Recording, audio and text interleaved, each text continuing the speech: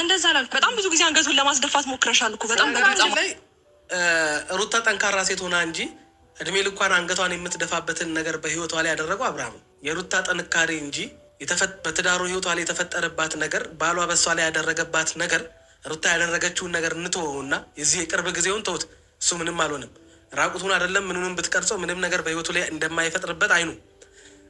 እሱ ግን በሷ ህይወት ላይ ያደረገው ነገር ብዙ ሴቶችን እንዳይነሱ አድርጎ ቀብሮ፣ ብዙ ሴቶችን የሀዘን ህይወት ውስጥ እንዲኖሩ አድርጎ፣ ብዙ ሴቶችን ያላሰቡትንና ያልጠበቁትን አይነት ህይወት ልጅ ለማሳደግ ሲሉ የሰው ፊት እስኪገርፋቸው ሀገር ለቆ እስኪወጡ ድረስ የሆኑበት አንዱ ምክንያት እንደዚህ አይነት ባሎች በህይወታቸው ስለነበሩ ነው።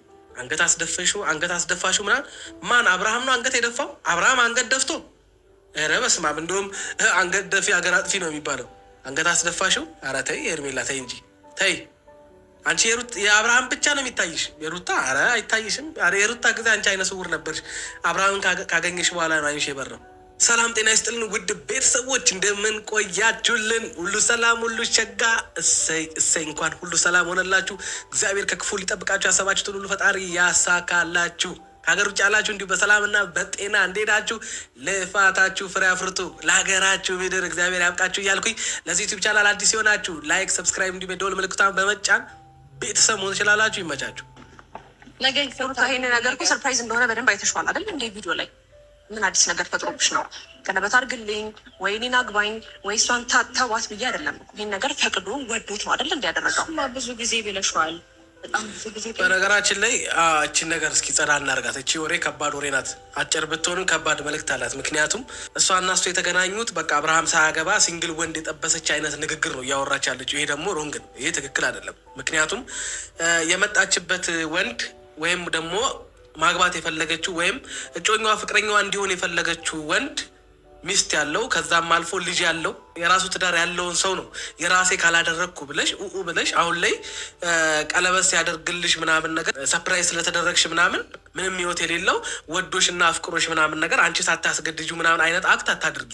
የመጣሽበትን በደንብ አድርገሽ ታውቂዋለሽ። እኔ የአንቺ ድርቅና ነው የሚገርመኝ። ማለት ትክክል ነኝ ብለሽ ነው ሄርሜላ፣ ትክክል ነኝ ያደረግኩት ነገር ትክክል ነው ብለሽ ነው የምታስቢው?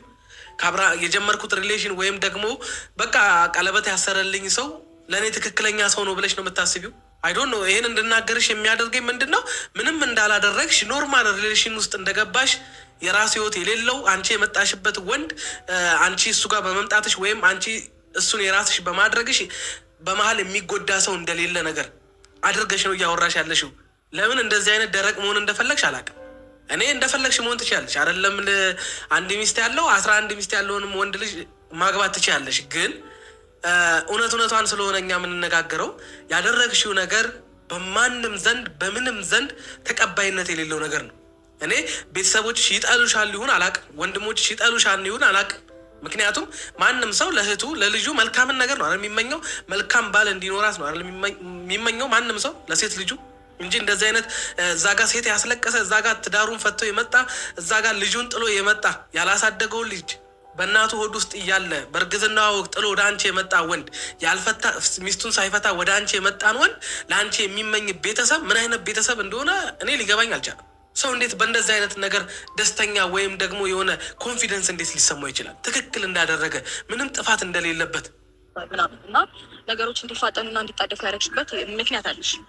ሜቢ ቀጥታ ላትዩ ትችያለሽ።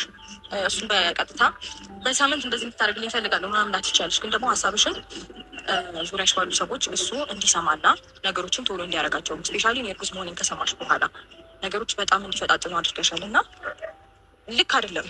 በመጀመሪያ ይህንን ጉዳይ እኔ አውርቼው ነበረ።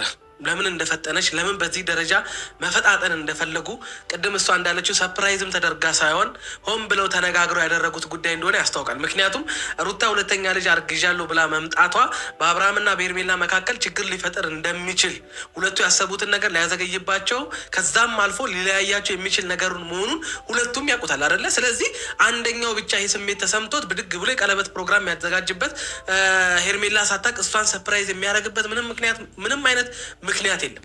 ይሄ ሳይታሰብ የተደረገ ነገር ነው ብትሉኝ እኔ አልቀበላችሁም። ሆን ብለው ተነጋግረው ነው ያደረጉት።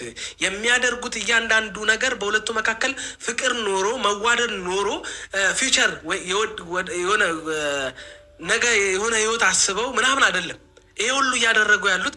ሩታና አብርሃም መካከል ያለው ግንኙነትና ሪሌሽን እኛ ዘንድም ሳይሆን እነሱ ጋርም ትክክል እንዳልሆነ ያውቁታል። ምክንያቱም አንድ ሰው ተደጋጋሚ ስህተት ሲሰራ ስህተቱን ሳያውቀው ቀርቶ አይደለም። ያ ነገር እየጎዳው፣ ያ ነገር ከሰው እያራቀው፣ ያ ነገር ብዙ ተቃዋሚ ወይም የብዙ ሰዎች ቁጣ እየመጣበት ተደጋግሞ ስህተት የሚሰራ ከሆነ ያ ሰውዬ ስህተት እየሰራ እንደሆነ ስላላወቀ ሲሆን ሆን ብሎ ነው ያንን ስህተት የሚሰራው።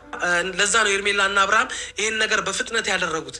መገኘት ያለባቸው ሰዎች ሳይገኙ፣ ትክክለኛ ወዳጆቻቸው ሳይገኙ፣ ቤተሰብ የሚባል ነገር ሳይገኝ ቡዜም የተገኘችው የእሱ የስህተቱ ደጋፊ ስለሆነች የእሱ የማይሆን ነገር አንድ